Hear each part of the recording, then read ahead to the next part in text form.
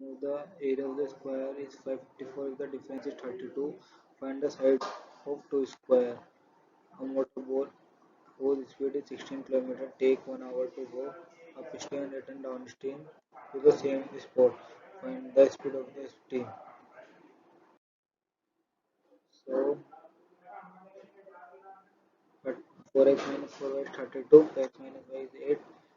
So the sum of the area of two square is 554. So x square plus y square by 5. We will put the value of y from here, x minus 8.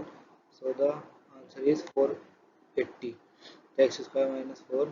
So x value is 20 and minus 12. Side cannot be negative, so x equal to 20. Y is equal to x minus 8. So the side is 20 and 12. The speed of the boat is 18 km.